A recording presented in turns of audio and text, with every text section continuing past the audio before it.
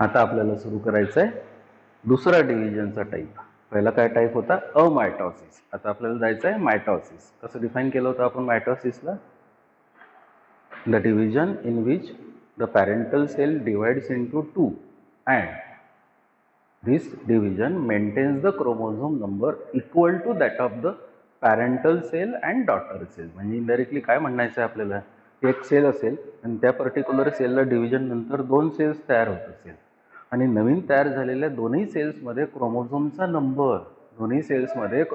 Number हा parental cell एवढा जर राहत असेल तर that division it is called as mitosis. म्हणजे एक एक्झाम्पल जर घेतलं की समजा फॉर एक्झाम्पल हा एक पॅरेंटल सेल आहे, या पर्टिक्युलर सेलला मला मायटॉसिसमध्ये न्यायचं आणि या पर्टिक्युलर सेलमधल्या न्यूक्लियसमध्ये क्रोमोझोमचा नंबर जर 46 असेल तर हा सेल डिवाइड झाल्यानंतर दोन नवीन सेल्स तयार होईल.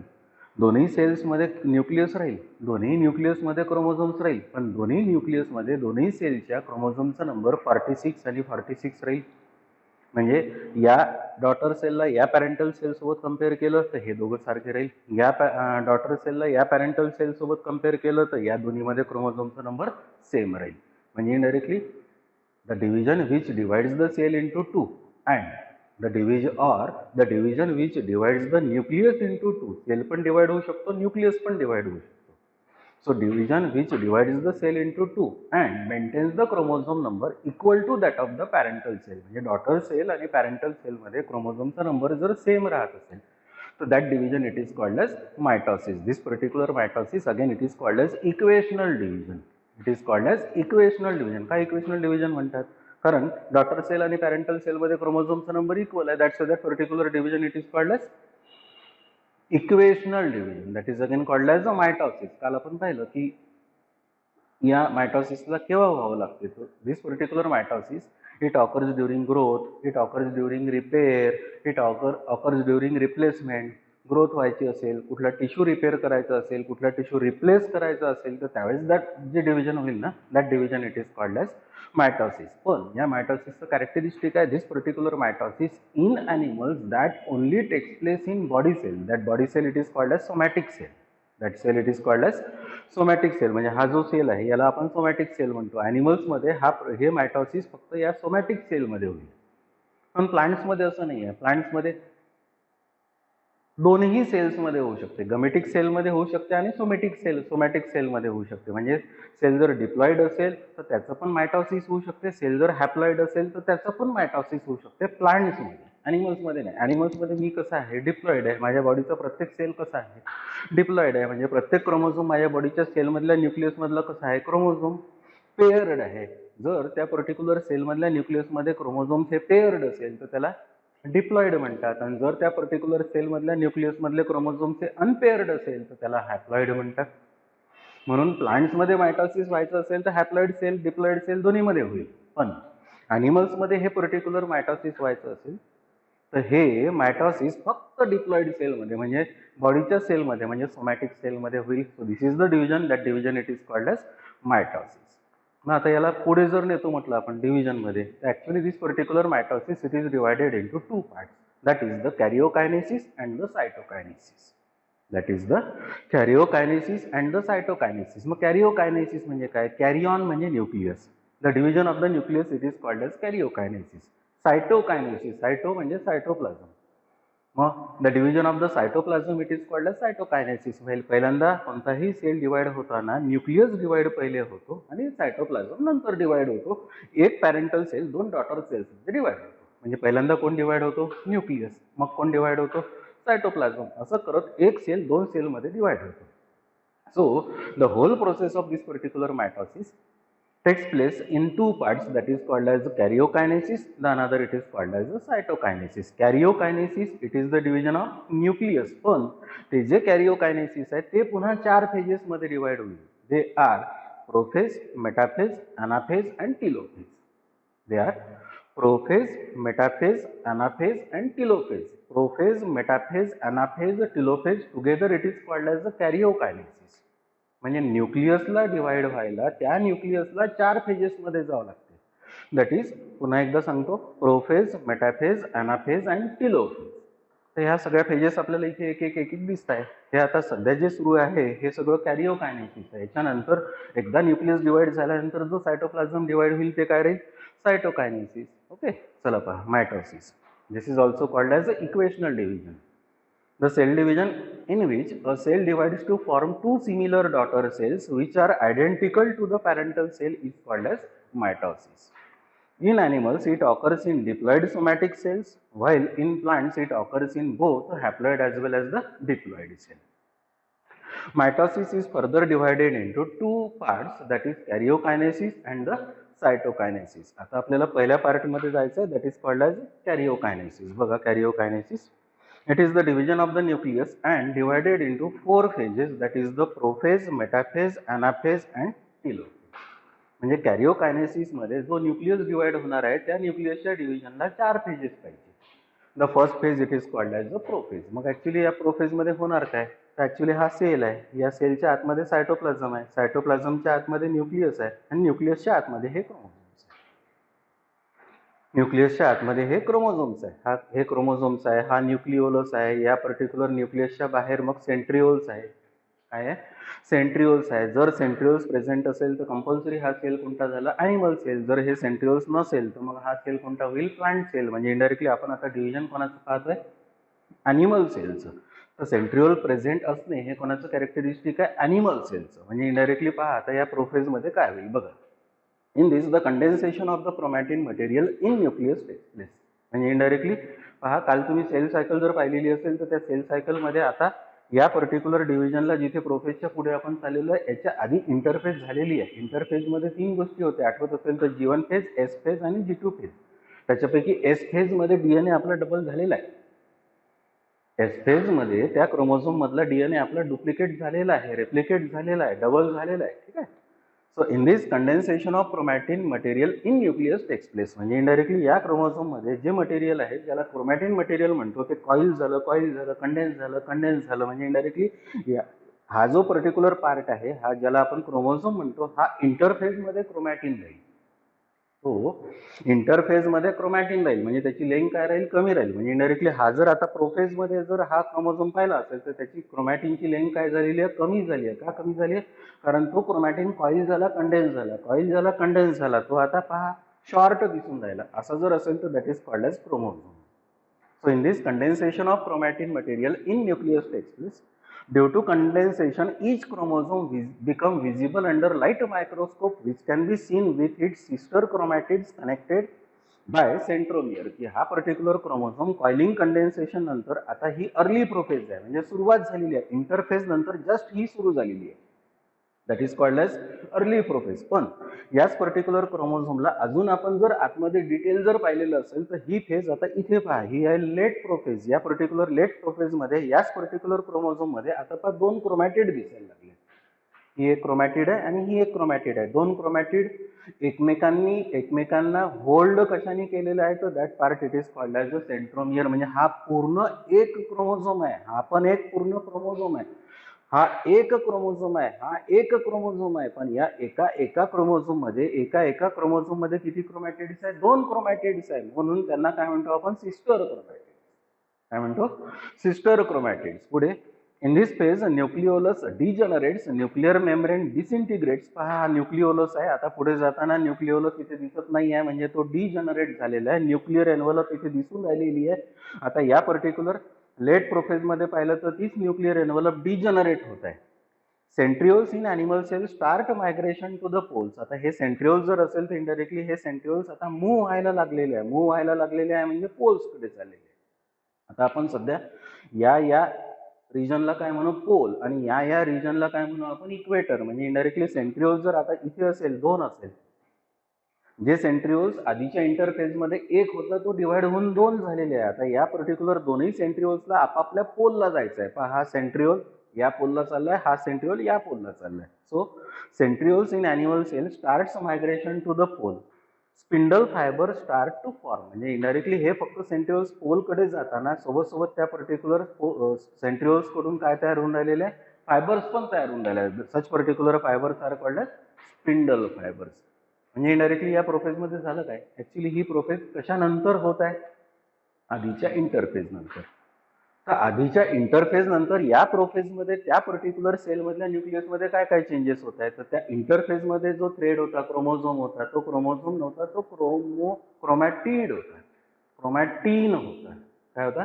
क्रोमॅटिन. म्हणजे लॉंग असेल तर तो क्रोमॅटिन होता, पण या पर्टिक्युलर फेज मध्ये येता येता तो पर्टिक्युलर क्रोमॅटिन कॉईल झाला, कंडेन्स झाला, म्हणून तो आपल्याला असा दिसून आला. याला आता आपण काय म्हणतो? क्रोमोझोम. म्हणजे क्रोमोझोम प्रोफेज मधला आणि क्रोमॅटिन इंटरफेज मधला गोष्ट एकच आहे, फक्त क्रोमॅटिनची लेंथ जास्त असणार, क्रोमोझोमची लेंथ कमी असणार. पण एका क्रोमोझोम मध्ये क्रोमॅटिड्स किती असणार? तर एका क्रोमोझोम मध्ये क्रोमॅटिड्स किती असणार? तर दोन क्रोमॅटिड. का? कारण ऑलरेडी इंटरफेज मधल्या एस फेज मध्ये डीएनए डबल झालेला आहे. म्हणजे इनडायरेक्टली जर इथे दोन डीएनए प्रेझेंट असेल तर एक डीएनए एका क्रोमॅटिड मध्ये प्रेझेंट आहे, दुसरा डीएनए एका क्रोमॅटिड मध्ये प्रेझेंट आहे. So this phase it is called as prophase. Prophase नंतर पहिली फेज कुठली? प्रोफेज. दुसरी काय? मेटाफेज. मेटाफेज पहा.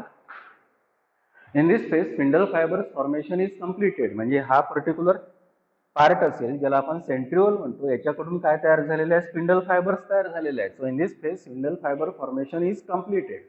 Due to degeneration of nuclear envelope the chromosomes lie in the cytoplasm of the cell. की आता इथे न्यूक्लियर एनव्हलप राहिलेलं नाही, ते न्यूक्लियर एनव्हलप डिजनरेट झालेलं आहे. त्याच्यामुळे हे क्रोमोझोम जर असेल तर इनडायरेक्टली त्या पर्टिक्युलर सायटोप्लाझम मध्ये आलेले आहे. न्यूक्लियर एनव्हलप डिसइंटिग्रेट झाला.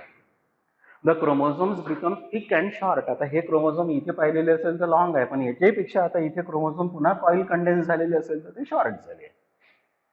The chromosomes become thick and short. Chromosomes move towards the equator of the spindle and are arranged as equatorial plate. हे क्रोमोझोम्स आता तुम्हाला स्कॅटर्ड तरी दिसून राहिले, पण या प्रोफेज मधून जेव्हा इंटरफेज मध्ये जातो त्यावेळेस या मेटाफेज मध्ये हे क्रोमोझोम्स आता हे इक्वेटर आहे आणि हे पोल आहे. त्याच्यामुळे क्रोमोझोम्स कुठे अरेंज झालेले आहे? आता इक्वेटरला. That plate it is called as equatorial plate. That is called as equatorial plate. That is also called as a metaphasic plate. पुढे this is the phase where chromosome number can be counted of the cell division. की ही अशी phase आहे की ज्या particular phase मध्ये तुम्हाला सगळे chromosomes 1 2 3 4 5 6 जे काही नंबर मध्ये असेल ते सगळे क्रोमोझोम्स प्लेट मध्ये म्हणजे इक्वेटरला अरेंज झाले असल्यामुळे ते इथे मोजता येतात. इथे स्कॅटर्ड असल्यामुळे त्या मायक्रोस्कोप खाली ते क्रोमोझोम मोजता येणार नाही, ते एकमेकांमध्ये इंटँगल्ड असेल. पण इथे ते प्लेटच्या फॉर्म मध्ये जर अरेंज असेल तर that particular chromosome can be counted in this phase of that particular cell division and the phase it is called as metaphase. आता या पर्टिक्युलर एक्झाम्पल मध्ये आपण काय केलेलं आहे की हा पर्टिक्युलर सेल आहे, त्याचा न्यूक्लियस आहे, इथे रिप्रेझेंटेटिव्ह एक्झाम्पल म्हणून फक्त 2 क्रोमोझोम घेतले आहेत. म्हणजे या सेलमध्ये किती क्रोमोझोम्स आहेत? 2. म्हणजे नवीन तयार झालेल्या, पुढे जाऊन सगळ्या फेजेस संपल्यानंतर नवीन तयार झालेल्या 2 सेल्स मध्ये, डॉटर सेल्स मध्ये 2च क्रोमोझोम आले. इथे पॅरेंटल सेल मध्ये 2 क्रोमोझोम आहे, डॉटर सेल्स मध्ये पण 2च क्रोमोझोम जर आलेले असेल तरच आपलं डिव्हिजन हे कोणतं डिव्हिजन होईल? मायटॉसिस. ओके. म्हणजे इनडायरेक्टली क्रोमोझोमचा नंबर तेवढाच राहायला पाहिजे. इथे जर 2 असेल तर पुढे तयार होणाऱ्या डॉटर सेल्स मध्ये पण 2च राहायला पाहिजे.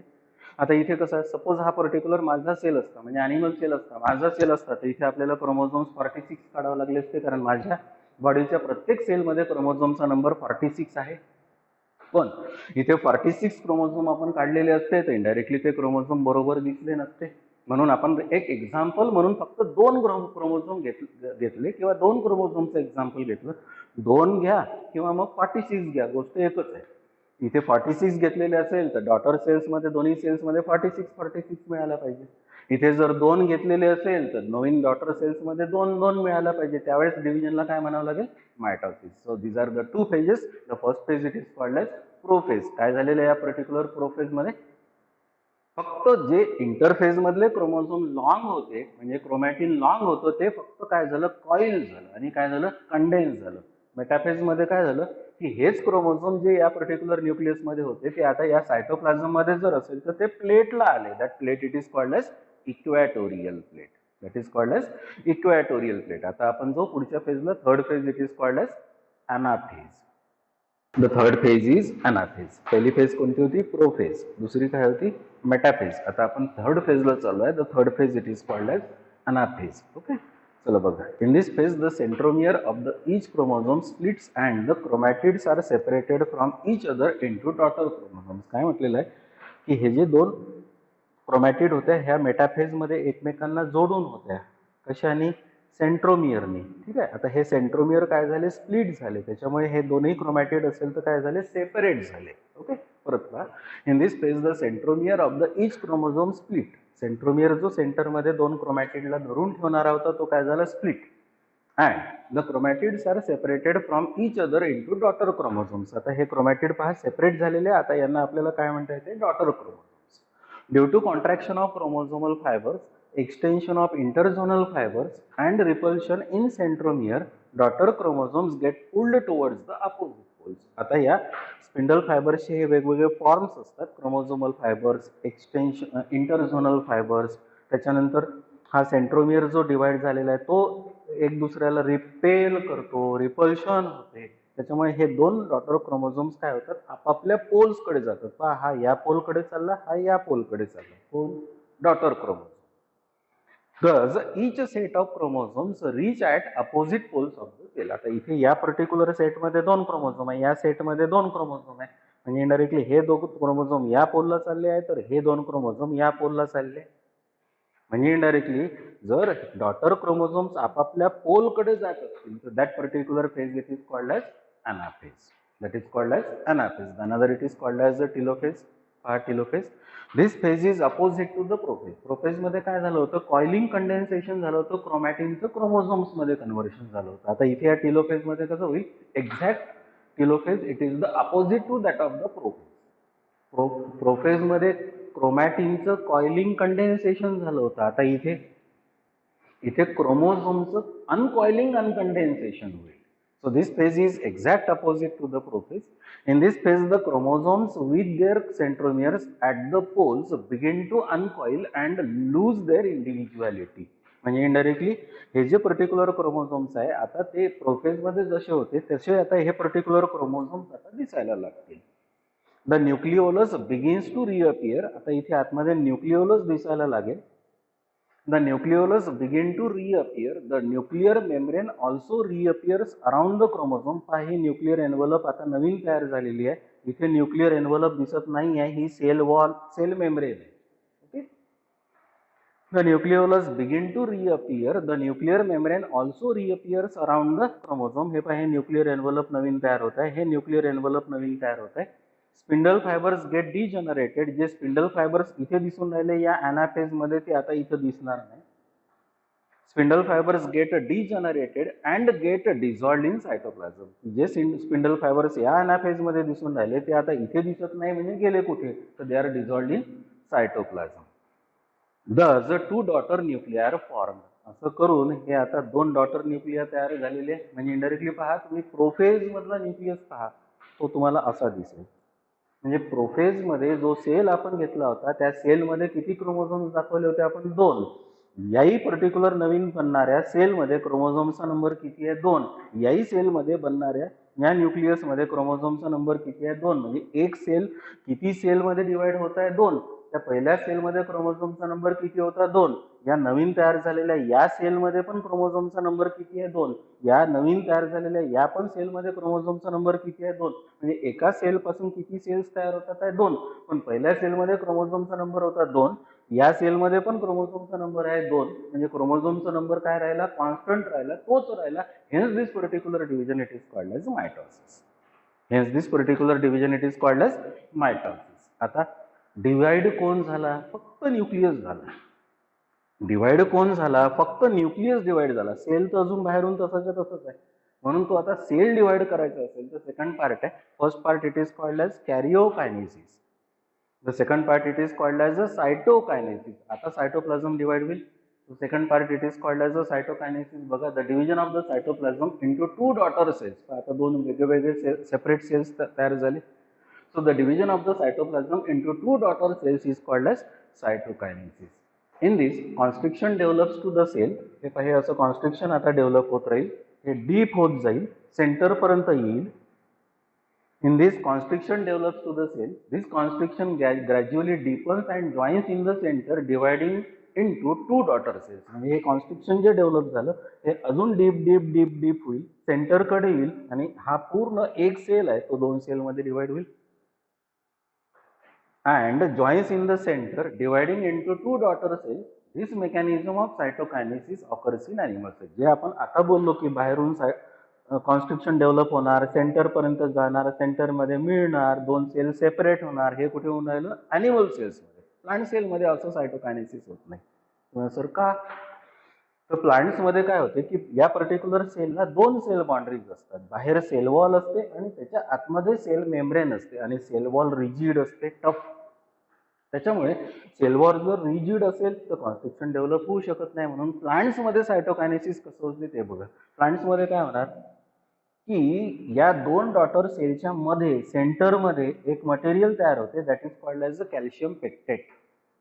That is called as a calcium pectate. ते सेंटरमध्ये तयार होईल आणि सेंटरकडून मग दूर दूरपर्यंत जाईल आणि असं एक प्लेट तयार होईल. That plate it is called as a cell plate. त्या पार्टिशनला म्हणतात middle lamella. That is called as middle lamella. मग मिडल लॅमेला सेंटर पासून तयार होऊन तो बाहेर बाहेर जाईल आणि एक सेल दोन सेलमध्ये, दोन डॉटर सेलमध्ये डिवाइड होईल. बघा, in plant cell constriction is not form due to rigid cell wall, so there develop partition between two daughter cell. या दोन डॉटर सेलमध्ये पार्टिशन तयार होईल, two daughter cells, and grow outward. आता हे पार्टिशन बाहेर बाहेर ग्रो होईल. This partition is called as cell plate. ते जे पार्टिशन तयार होईल त्या पार्टिशनला काय म्हणू आपण? Cell plate. त्याला मिडल लॅमेला पण म्हणतात. And finally cell divides into two daughter cell. शेवटी हे पूर्ण पार्टिशन तयार झालं असेल तर हा पूर्ण जो एक सेल होता तो दोन डॉटर सेलमध्ये डिवाइड होईल. आता पण इथे जर या नवीन तयार झालेल्या सेल्समध्ये क्रोमोझोमचा नंबर जर पाहिला तर 1 आणि 2. इथे पण पाहिला 1 आणि 2. पहिल्या ओरिजिनल सेलमध्ये पण क्रोमोझोमचा नंबर किती होता? 2. ओरिजिनल सेल पासून किती सेल्स तयार झाले? 2.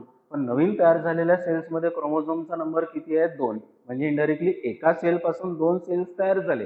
ओरिजिनल पॅरेंटल सेलमध्ये क्रोमोझोमचा नंबर 2 होता. नवीन दोनही डॉटर सेल्समध्ये क्रोमोझोमचा नंबर 2 आलेला आहे. म्हणजे याचा अर्थ डॉटर सेलला पॅरेंटल सेल सोबत, म्हणजे या डॉटर सेलला आधीच्या पॅरेंटल सेल सोबत जर कम्पेअर केलं तर दोन्हीकडे क्रोमोझोमचा नंबर कसा आहे? सेम आहे. Hence this particular division it is called as equational division. This particular division it is called as mitosis. This division it is called as mitosis.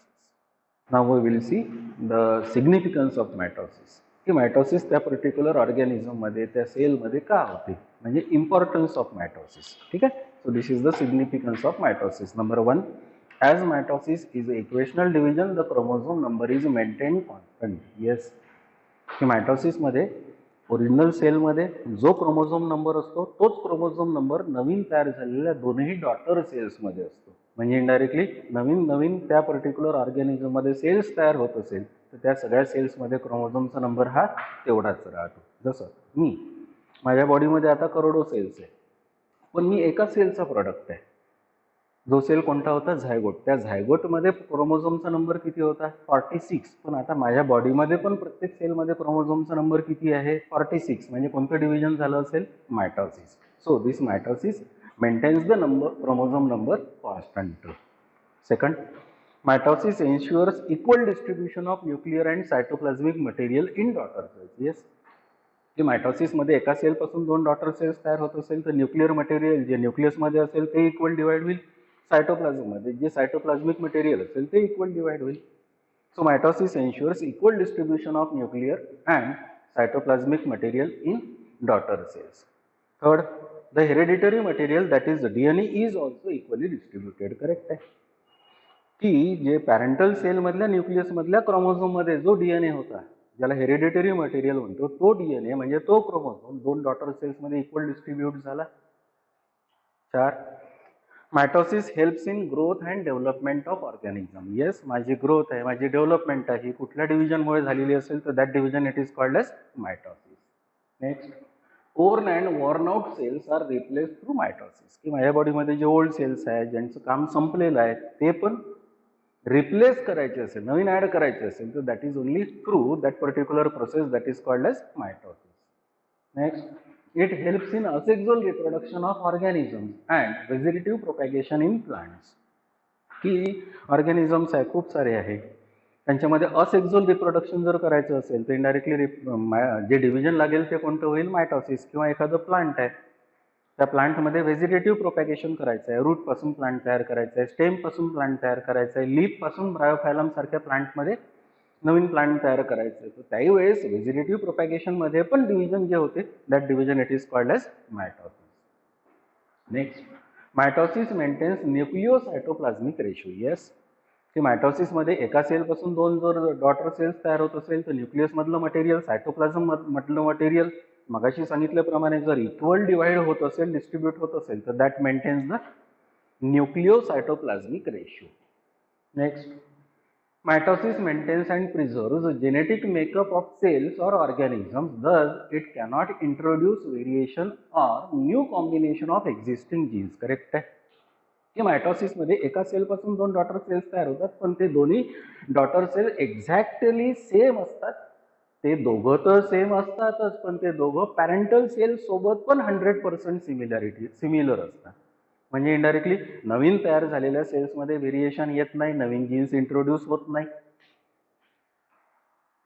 Some cells in the body die, not randomly but it is carefully controlled वे.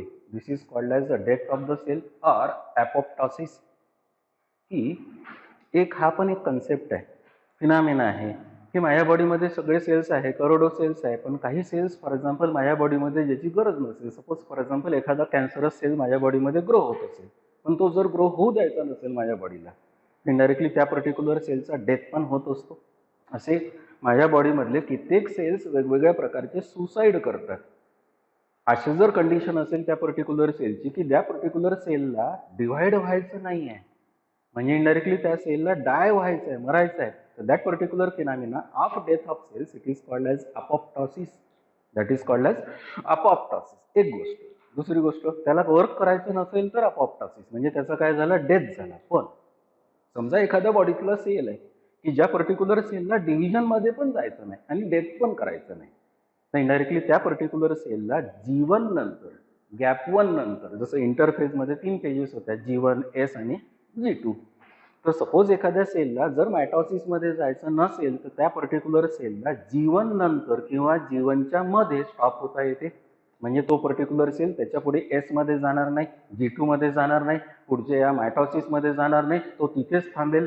आणि तिथे जेव्हा थांबेल त्यावेळेस त्या particular फेजला name आहे, that is called as a quiescent phase.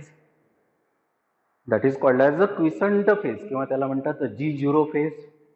That is called as G0 phase. पण G0 phase केव्हा येईल, G1च्या आणि S फेजच्या मध्ये किंवा G1च्याच मध्ये.